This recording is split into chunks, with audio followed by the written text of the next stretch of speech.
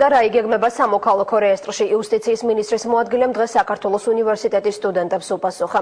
გიორგი ვაშაძემ ახალგაზრდებს საკუთარ უწყებაში გატარებული რეფორმები გააცნო. რა სისტემით დარიგდება ახალი პლასტიკური პირადობის მოწმობები და როგორი იქნება ახალი იუსტიციის სახლები. სტუდენტებთან ერთად ამ კითხვებზე პასუხები დღეს ქრონიკის კორესპონდენტმა თამარ დოლაბერიძემაც მოისმინა.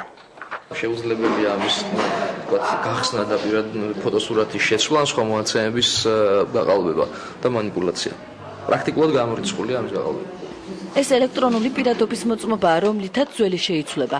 ახალი მოწმობა პლასტიკური ბარათის ტიპის იქნება და მომავალში სხვადასხვა დოკუმენტს ჩაანაცვლებს. პირადობის მოწმობა ელექტრონული საფულის ფუნქციასაც შეითავსებს და საბანკო ბარათებს შეცვლის. მოწმობით შესაძლებელი გახდება ონლაინ რეჟიმში დოკუმენტებზე ხელის მოწერა და ელექტრონული პოსტით გაგზავნა, რასაც უკვე ოფიციალური ძალა ექნება. ეს არ არის უბრალოდ პირადობის დამადასტურებელი დოკუმენტი, მას აქვს მრავალი ფუნქცია. Man შეიძლება ჩაანაცვლოს დღეს ჩვენ საფულეში არსებული სხვადასხვა ბარათები. უკონტაქტო ჩიპის საშუალებით შეიძლება ჩაწერილი იქნას ამ ბარათზე რამოდენიმე აპლიკაცია, რომელიც ოფლაინ რეჟიმში მუშაობს. შეიძლება იყოს დაგროვების ბარათი, შეიძლება იყოს სამგზავრო ბილეთი თუ ტალონი, ასევე სადაზღვევო პოლისი და სხვა კერძო სექტორში გამოყენებული სადაზღვევო ბარათები. იუსტიციის სამინისტრო კიდევ ერთ ახალ პროექტზე მუშაობს. მოქალაქეს სახელმწიფო სექტორში არსებული სერვისების მიღება ერთ შენობაში შეეძლება.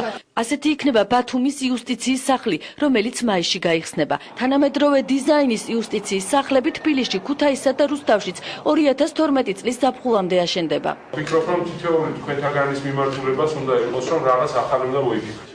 იუსტიციის მინისტრი დღეს საქართველოს უნივერსიტეტის სტუდენტებს შეხვდა. გიორგი ვაშაძემ ახალგაზრდებს სამოქალაქო რეესტრში განხორციელებული რეფორმების და მიმდინარე პროექტების შესახებ ესაუბრა.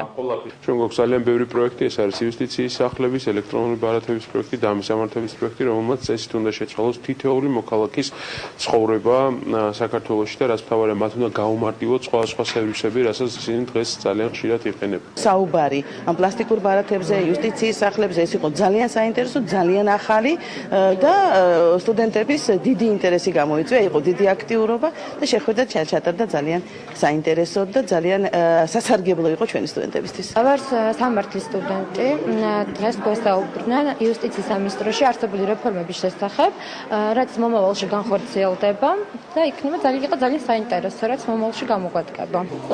ახალი პირადობის მოწმობების გაცემა ზაფხულიდან დაიწყება. მომავალში ID ბარათების გამოყენება უცხოეთშიც შესაძლებელი იქნება.